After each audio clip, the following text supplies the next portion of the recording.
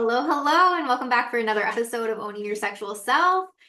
Very excited. This is a topic today of discussion. We have a guest on, Aubri Lancaster, and I'm really excited. I met her in a group of intimacy professionals and whatnot recently, and I was like, hey, you specialize in something that I'm very curious about and I think would be a good topic on our show. And so we are talking all about things regarding asexuality, or ACE, if you will. So a little bit about Aubrey before she jumps on here. Aubrey is an independent AASECT and ANTE UP certified sexuality educator and conducts workshops and trainings for clinicians and sexuality professionals. She's been doing this since 2017, and also doing in-home adult toy parties, hey, since 2003. Aubrey has presented for numerous organizations, including the American Psychiatric Association, the GLMAA Annual Conference on LGBT Health and Planned Parenthood of Southwest Oregon, amongst so many others. So like, yeah, girl has it going on. So as a Greyromantic asexual person, Aubrey has lived experiences and a connection to asexual and aromantic communities that provides a unique perspective on the issues facing the changing landscape of sexuality and orientation today. You can find out more about Bree, Aubrey/Bree at www.acesexeducation.com. Or on Instagram at AASECT. We'll make sure to share that in all the show notes. But we're diving in today, so I hope that you enjoy this episode. Without further ado, let's bring Aubrey in. Right. Hello, Aubrey. Thank you so much for coming on the show today. My pleasure. Thank you. Yes. I'm very excited. As I was saying, the term asexuality and aromanticism has been more in my vocabulary these past couple of weeks since working with a client that is exploring this. So it's not something that I feel like I have the expertise in. Of course, I feel like the general knowledge, but I'm very much looking forward to this conversation today for people that might be also exploring this, same as this, this client that I'm working with, to have as a resource. So yeah. I always like to ask too when sex educators come on the show, like, did you ever see yourself doing this as a grown up? Were you in preschool? Like, I'm gonna talk about sex when I grow up, or not so much? Not exactly, but when I was 7, I told my parents I wanted to be an actress, and I kind of pursued that until college, where I got a BA in theater as well as a BA in psychology, and then I was doing auditions and stuff in Hollywood, and I had an agent and whatever. But then in 2003, I started doing passion parties. Mhm. And I had a stage every night. I did a party, and so I kind of got that need met as far as theater. And I realized I was actually helping people and there was a purpose in it. So, it kind of shifted and this became my career. Interesting. Yeah, I feel like similar for me. So I am with Pure Romance. I have been for almost 11 years now. And yeah, at some point there was like an overlap. I don't know if you were still a part of passion parties when that happened, but yeah, like I feel like same. I had been the person like that was comfortable talking about sex as a young adult. But I never imagined that I would be doing this, though sometimes I look back on those things that I did as a young adult and I was like, man, I was really born to do this actually. But Pure Romance is actually what got me into becoming a sex therapist, a sex educator, sex coach, all those things, from their conferences and things. So that's really neat. Yeah. And I agree with like the stage, right? Like all eyes on you. Okay, I get to now deliver this really great, empowering sex education to you now. Yeah. Might not have known what you signed up for, but you're in for a real treat. Yeah, we might have been at conventions the same time. I was with Pure Romance for about 4 years after they bought Passion Parties. For And sure. so, Wow. yeah. Okay. Yeah, perhaps our paths crossed at some point. So fun. Okay, cool. So how, again, I like to hear people's story on this. So I know you're AASECT certified, so you've gone through the training, you're not new to this by any means. But in our conversation today, right, asexuality, aromanticism, how did that come up for you? How did that, right, become your niche, let's say? Yeah, well, I didn't really understand that that had always been part of my journey. Part of getting into passion parties was to learn how to enjoy sex. Mhm. And you know, the products are amazing. There's so many different ways to access sexual pleasure with different tools and devices and creams and all of that fun stuff. And so that kind of motivated me to share that knowledge with other people, what I learned about the body and everything. And it actually wasn't until lockdown 2020 that, you know, we all had way more time to think about ourselves than ever before. And I finally came across the language of asexuality. I'd only ever heard it once at a convention where it was on the other end of a line from hypersexual. So it was set up as from asexual to hypersexual. And so I just understood it in the context of libido. So it wasn't until I finally understood it in the context of an orientation Mm. that, you know, that line they set up is really misleading. Like, it's hyposexual to hypersexual. And asexual people may be hyposexual or hypersexual, or, you know, they may not even need those terms. And it is an orientation. So some people are sexually attracted to people of same or similar gender. Some are attracted to people of different genders, some to all genders or regardless of gender, but we also need to include no gender or no one, that Mhm. some people just don't experience sexual attraction or rarely or only under certain circumstances.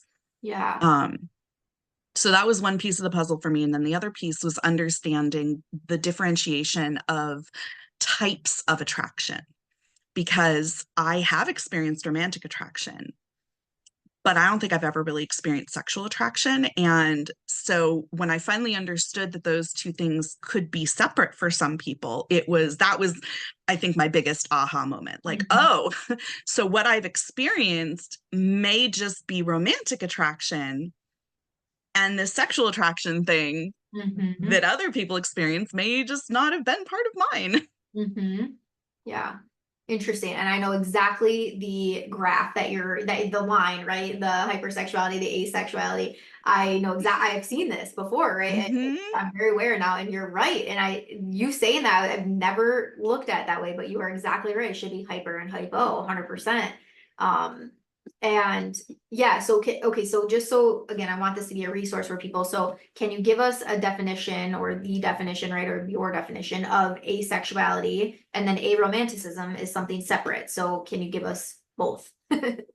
Yeah. So, you know, definitions can be very limiting because, you know, a single sentence cannot encapsulate an entire experience. Yes. But the currently most commonly used version is asexuality describes sexual orientation where a person experiences little to no sexual attraction towards other people. Mhm. And aromanticism is a romantic orientation where the person experiences little to no romantic attraction towards other people. Mhm. Okay. So that's kind of the, you know, simplified nutshell version.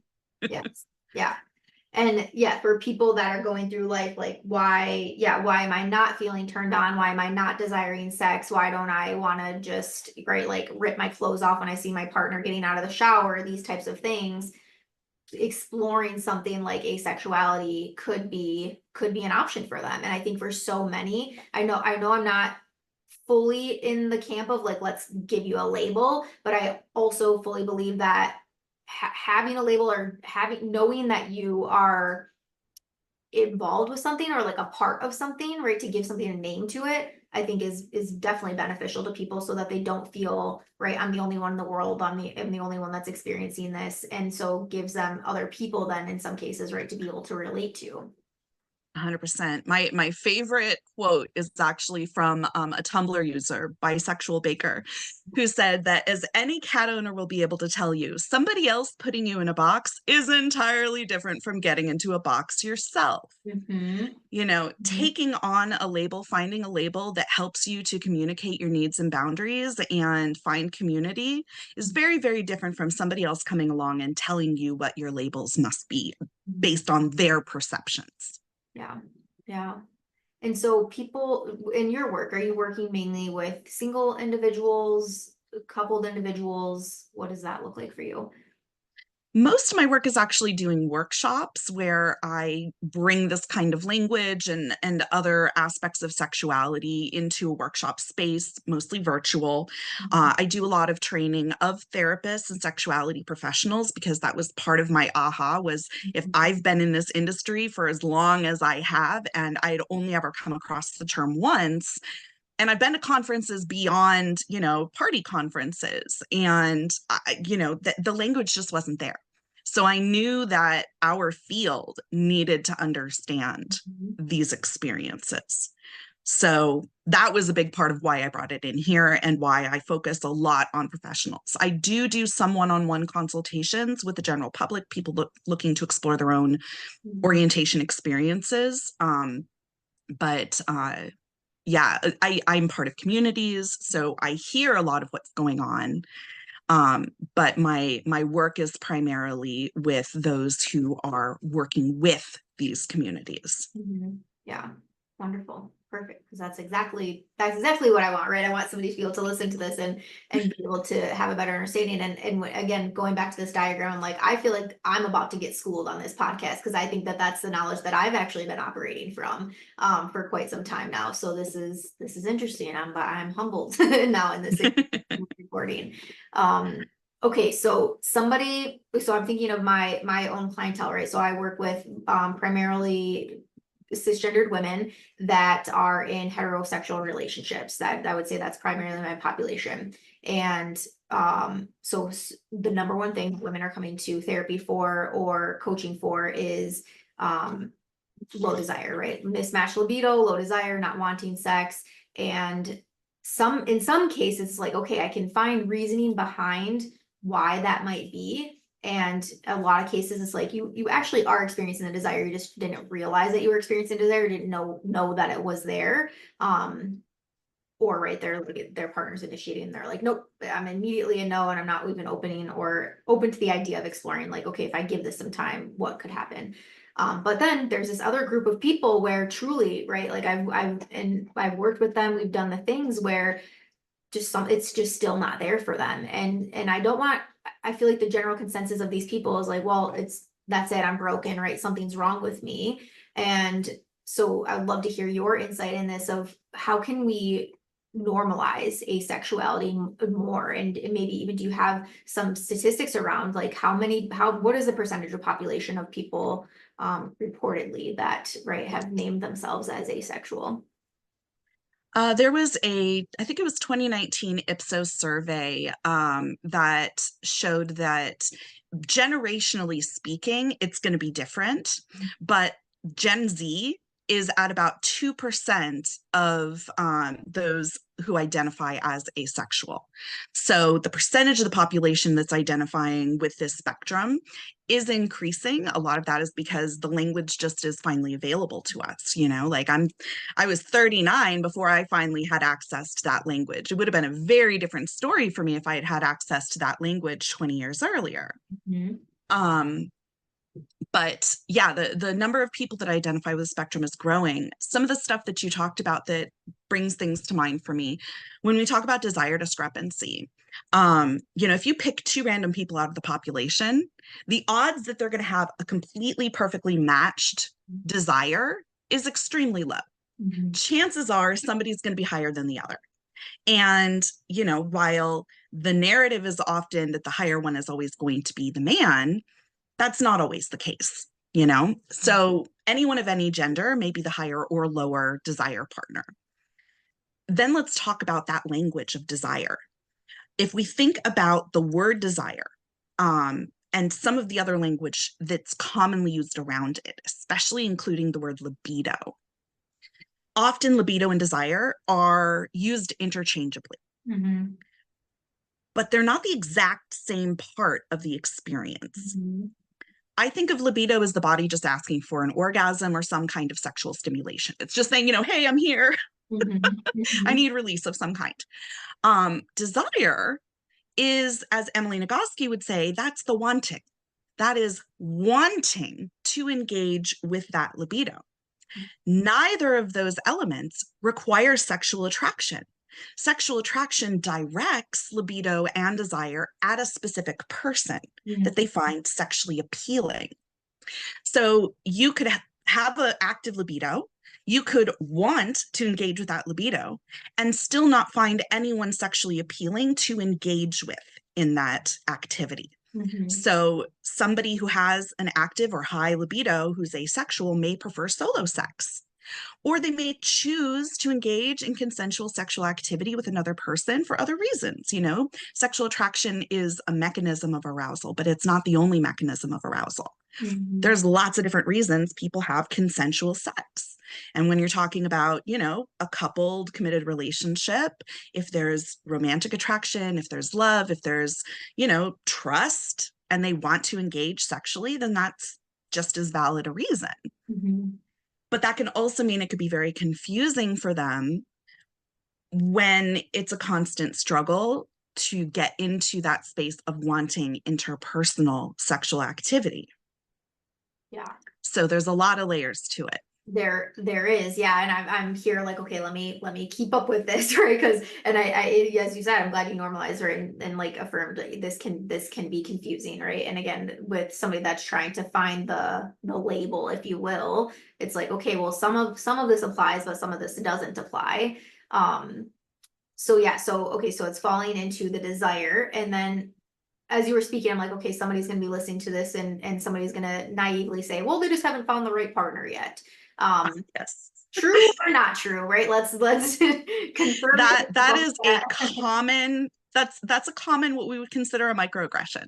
Mm-hmm. It's a very common thing that is used to dismiss the identity and experience of the person who is identifying as asexual.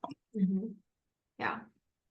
So So my listeners, that's the first thought, because I know the audience. I get questions all the time. Who said this, and what tell me more about that. Interesting. Okay, and then okay, what else on asexuality? Because again, I'm coming into this pretty naive, I would say myself. So when and you do this on the regular, your education and your trainings and workshops, what else are we missing here? What else do the people need to know, the listeners need to know? One of the things that, especially when I'm working with therapists, a lot of therapists are trying to find a reason for the lack of desire, or, you know, what is the disconnect? Where is this coming from? And what I like to put on the table is you don't need to rule out asexuality to give people space to just not want sex or to not want specific sexual activities. So, you know, when we're trying to be like, how can we get to a place where they are engaging in sexual activity with the partner to, you know, kind of create this sexual intimacy, we need to make space for that to not be part of the plan. We need to make space for non-sexual forms of intimacy and pleasure to be centered in the relationship. Yeah. Yeah, right. It's not, and then I say this often, like, it's not just about sex, right? Even as a sex therapist, right? That some people are like, what do you mean you're a sex therapist? It's like, no, there's so much more to it. And so for, let's say for the person that is coming in, they're wanting to want more sex more, right? They might be an asexual person, may or may not know it yet, but they want to want more sex. Do you still like, I guess you can't say answer and say like, well, they can't call themselves asexual because they can do whatever the fuck they want to, but you get what I'm getting at, right? Well, my question, well, first of all, asexual people can want sex. But again, why do they want to want it? Do they want to want it because there is societal pressure telling them they're supposed to want this? Is it because their partner wants it and they feel like they need to want it to be compatible with their partner? Why do they want it? And I think that's an important area to explore. Yeah. Because all of those social pressures can be really suffocating. Yes. Yeah. So if they were to never have sex again, how would they feel about that? Does that make them sad? Like, maybe it does. Maybe it's like, no, I kind of, you know, I don't want to never have sex again. But, you know, maybe once a year, or, every few months, not, you know, what the frequency that the partner necessarily wants. And maybe the answer is yes. Oh my gosh, that would be such a huge relief.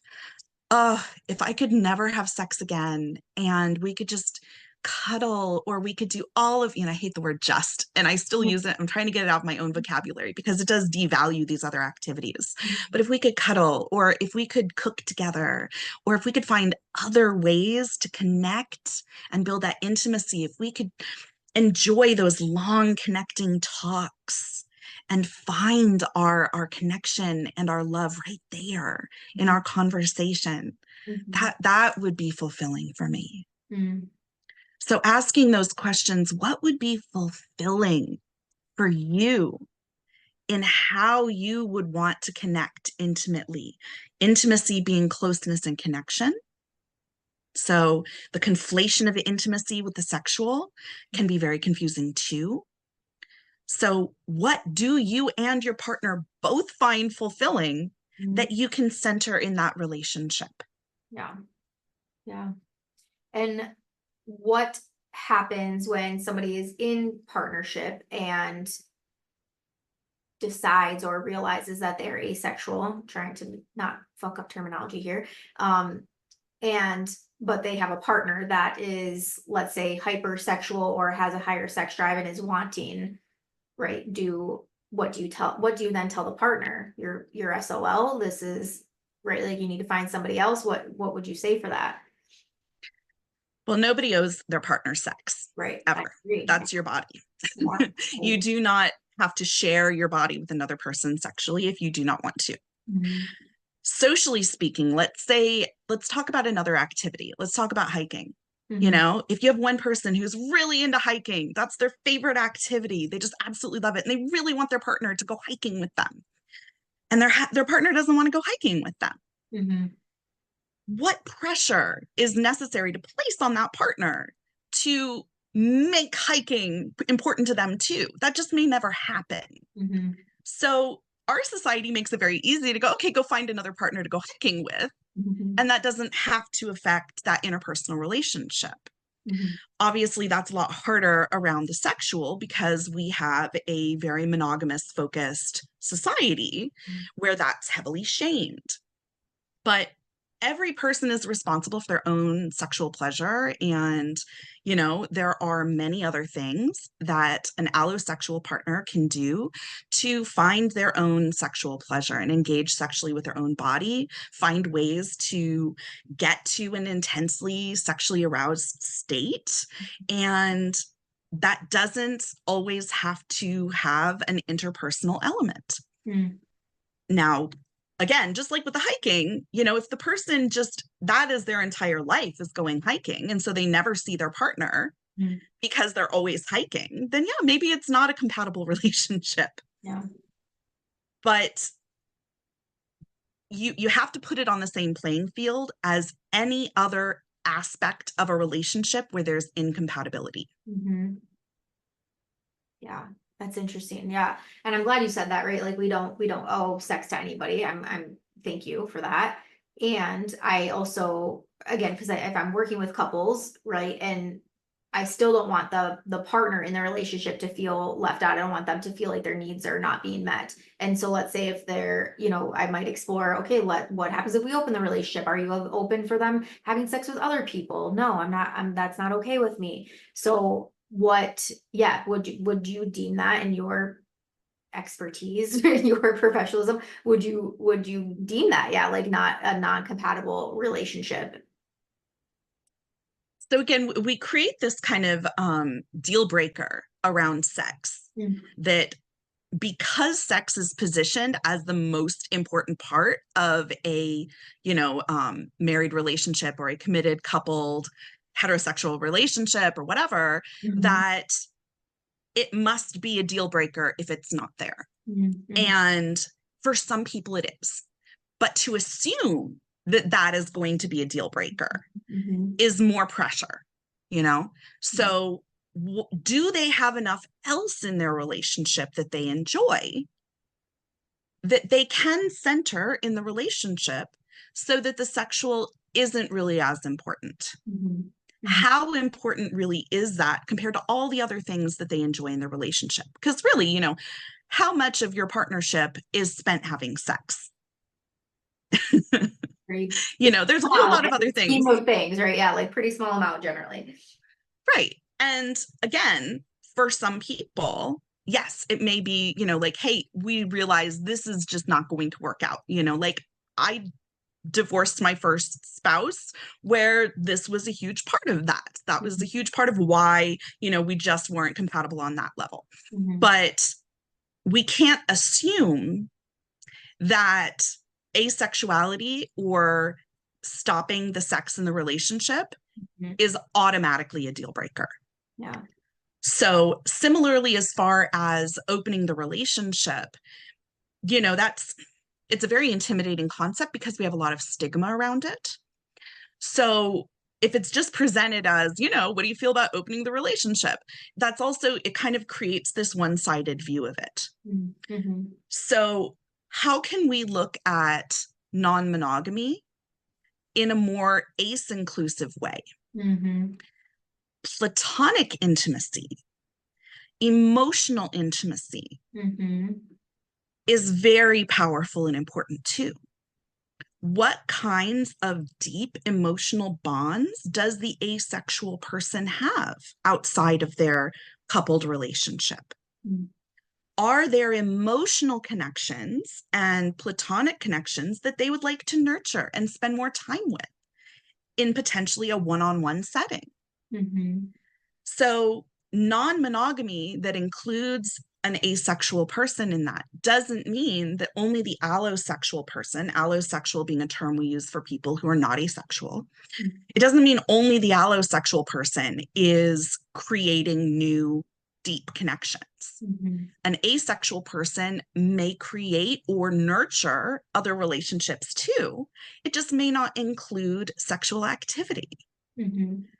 So if that is on the table and they're considering it, because some people do feel pressured into non-monogamy, and that's not okay either, we have to honor all of that. But if that is something they are considering, make sure that the asexual person understands the benefits to them too, the extra time they may have with the platonic connections that are in their life that they may want to nurture. It's like, hey, how would you like to just have a weekend getaway with your best friend? Yeah. Interesting. And for, again, kind of keeping the focus on coupled relationships, what advice would you have in terms of supporting the allosexual person supporting the asexual person that are partnered together? How can they be more supportive, understanding, caring in regards to these things? This is where I think a lot of the language out of the kink communities are super helpful. Learning about negotiation, consent, safe words, aftercare, all of the different things that can help to figure out, what do we want to do together? Because, an asexual person may, one of the additional language that I find really useful: favorable, indifferent, averse, repulsed. So okay, got it. We may have different attitudes about sex socially versus personally. So in a social or cultural way, we can look at it as some people are sex positive. They have a positive attitude towards the idea of sex in general, not necessarily for themselves, but hey, sex is fine if you want to enjoy. Sex neutral, they don't really place any value point on sex. And sex negative, where they may think sex is bad or dirty or wrong. This is across the spectrum of orientations, we have this language. But then for personal attitudes about engaging in sexual activity, some people are sex favorable. They want sexual activity, regardless of orientation. Some people are sex indifferent. They'll take it or leave it. You want to have sex? Sure, let's have sex. Some are sex averse. They don't want it. It does not appeal. And some are sex repulsed. They have a visceral physical response to sexual content, activity, any of that. And that language can also be used on specific activities. So an asexual person may want to engage in some interpersonal touch of different kinds, and really breaking down all of the different options and using that language. How do you feel about it? Are you favorable, indifferent, averse, repulsed?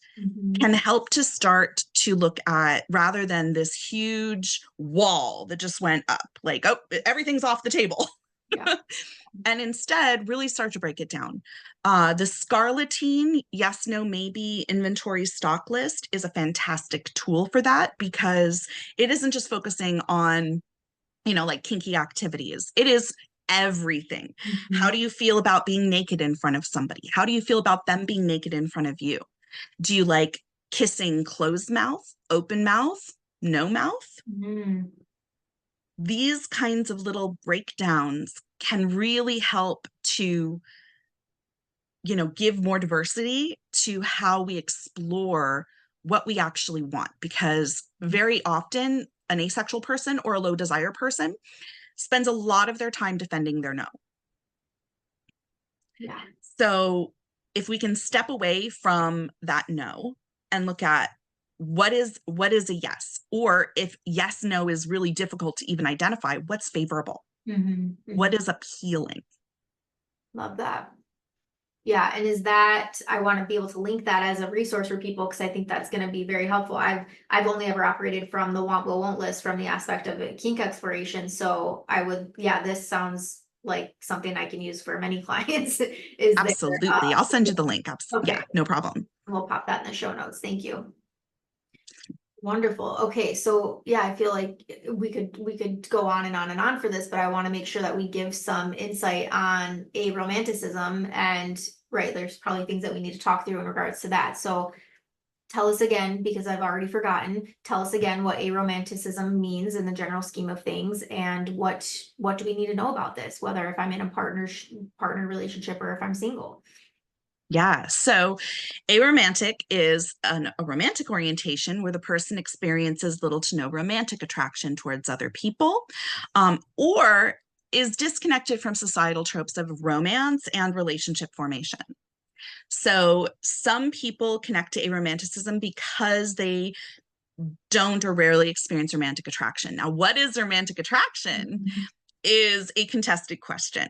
But in my research, what I came across that I think may be analogous for a lot of people that are in that space is the concept of limerence. So limerence was coined by Dr. Dorothy Tenov for her 1979 book, Love and Limerence.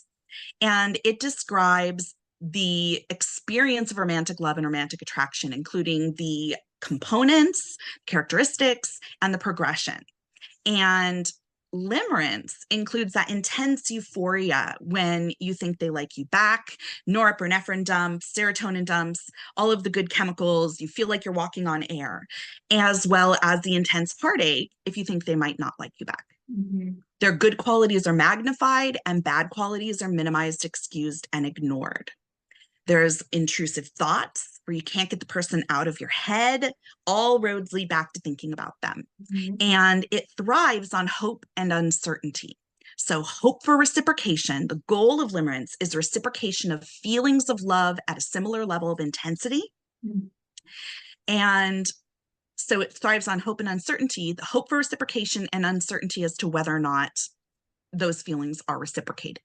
So that's why in romance movies, the culmination of the movie is the kiss or the proposal or the wedding, some form of commitment that ends the need for hope and uncertainty so that they can move into companionate love. Limerence is temporary. It can last a very long time as long as hope and uncertainty is there, but it is not a forever state. It's also not the only way to access companionate love. And my favorite analogy is having a baby. We know that some people have a baby and are immediately in love with their baby. Intense euphoria. Nothing else matters. They are in love with their baby. And some people take days, weeks, or even months to bond with their baby. Bonding does not require that intense euphoric state. That is one way to access bonding. So some aromantic people may never experience limerence or experience it rarely, only under certain circumstances, or they don't like it and they want to avoid it. And that means either they may be single at heart and they actually thrive in singlehood and that's their preferred state, or they may find platonic life partners to be more appealing. Mm-hmm. Or they might like the idea and the performance of romance, the idea of going on dates, of giving gifts, of, having those get to know you conversations. But those activities may not involve those intense euphoric feelings and still may move into that progression of long-term love and commitment that is very similar to what alloromantic people experience after the limerence phase is gone. Mm-hmm. And how much overlap is there with aromantic and asexuality? Some studies show that about 75% of people who identify as asexual are alloromantic. So only about 25% identify as aromantic, but there's also aromantic people who are allosexual. Mm-hmm. Mm-hmm. So there's overlap, and the language has often come from mutual spaces, but for some people, they're very distinct aspects of relationship formation and bonding. Mm-hmm. For some people, they're both, and they don't really understand the distinction because there is no distinction for them. They may experience neither, or when they do experience both, they're both. Mm-hmm.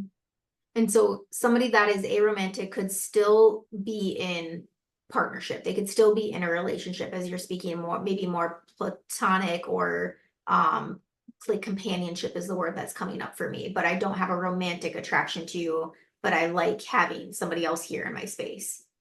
Yeah. Yes. Some people prefer to be in their own space. Some people prefer to be in a space with other people. And that's kind of also across the board. Mm-hmm. Single at heart is a term coined by Bella DiPaolo. And being single at heart does not require being asexual or aromantic. Mm-hmm.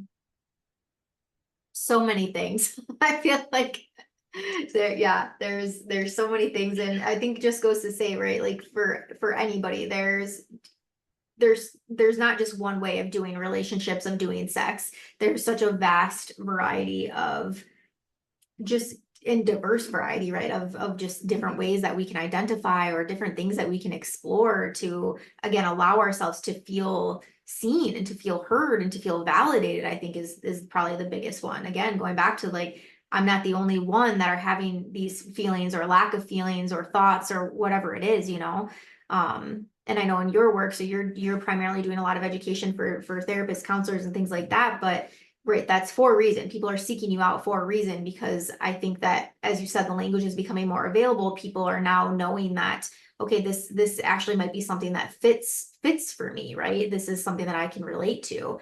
And then I just now thinking like community wise, right? How amazing to have somebody else that also identifies as asexual, right? To be able to talk through things with, and get support from, and again, not feel that aloneness. Absolutely. Yeah. Yeah. Great. Okay, this was a lot. I don't want to like miss anything, or is there anything else that we didn't talk about, I didn't ask about, that we feel, I'm sure you're like, yeah, probably a million more things, but to keep I, this I do a in I do a 6-hour training oh on gosh. asexuality and aromanticism, in Yeah. addition to a whole bunch of other workshops that I've developed. So, yeah, we could talk for a very long time. Ultimately, I think it comes back to reminding people that it's okay to not want sex. It's okay to not want romance or not enjoy it, regardless of orientation. You don't need to be asexual or aromantic to not want those things and to center other things in relationships, or to have relationships that don't fit the amatonormative narrative, which amatonormativity is a term coined by Elizabeth Brake to describe the hierarchical prioritization of exclusive amorous relationships over all other relationships in one's life. That doesn't serve everyone. Some people thrive in that and some people don't. So really leaning in and finding out what fulfills you?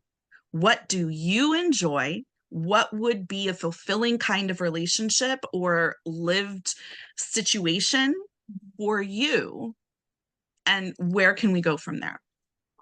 I love that. And I thought today's conversation was a really good starting point for people. And as you said, you offer a 6-hour training on this. So for people that are wanting to explore this more, I think you're a great resource. Obviously, very well versed, very good understanding in all of this. So how can people find you? How can people connect with you if they're interested perhaps in doing this longer training? Or you mentioned doing consultations with people individually. Tell us all the things. How do we get to you? My website is acesexeducation.com.